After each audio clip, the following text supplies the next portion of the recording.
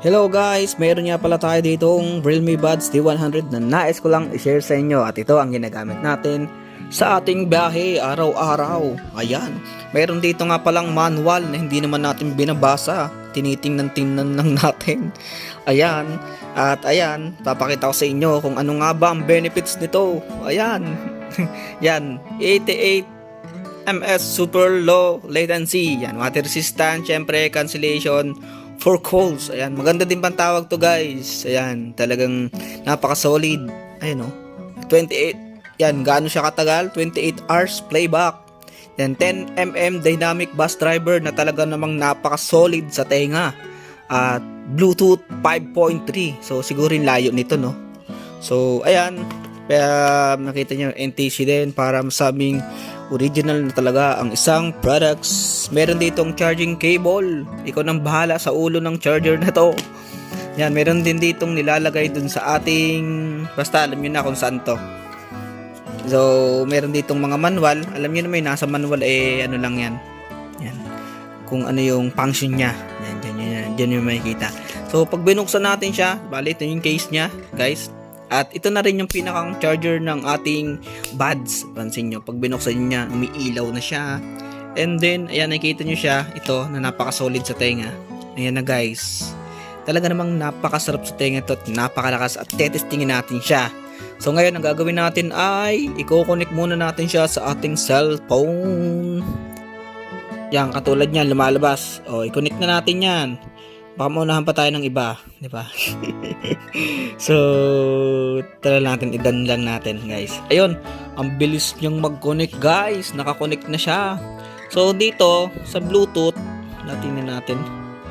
Bakit iba yung lumalabas? Nakikita natin dito kung ilang percentage. Ay, walang lumalabas dito. Iba kasi yung cellphone to eh. So, may dito sa isang sa Oppo, makikita dito kung ilang percent na lang yung battery niya. Magkaiba yung battery percentage ng ating pinakang charger or yung case. Bali dito siya nag-charge kasi iba yung percentage nito at iba din yung percentage nito. Habang ginagamit natin to ay syempre nagbabawas ng battery. So parang may battery din siya sa loob. And mapansin nyo itong dulo niyan ay dyan yan nag-charge. Okay? So connect na natin at dahil naka-connect na nga, ulit-ulit nahanap tayo dito sa YouTube ng music. At ayun na, hindi na nga pala hahanapin dahil nakahanda na. Inulit lang natin yung video dahil nga hindi natin nagustuhan. So ayan, paparinig ko sa inyo kung gaano kalakas ito. Let's go. No? O syempre volume muna natin, volume. Ayan. Ayan guys, oh. Ayan guys.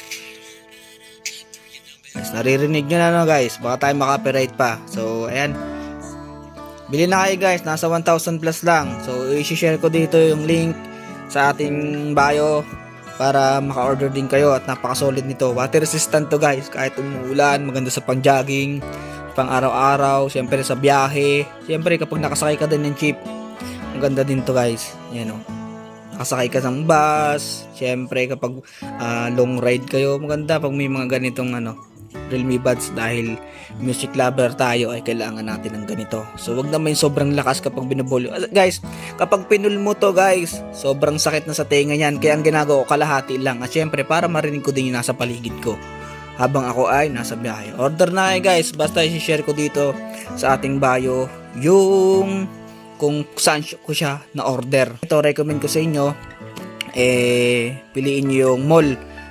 Nasa 1,000 plus to, 1,2 ata, 1,299 na talaga man napakasulit. Siyempre kapag mahal ka din yan. Kapag mura lang, siyempre mura lang din ang serbisyo sa inyo at madaling masira. At yung quality kapag mahal ay napakaganda. Kapag mura, ang quality ay wala akong masabi. Basta Realme Buds tayo, napakasolid nito, napakaganda. Isa pa ulit. Ko alam kung naririnig nyo. Ayan. Yun lang, na-share ko lang guys. Basta ilagay ko dito yung link kung saan ko siya in order. At let's go.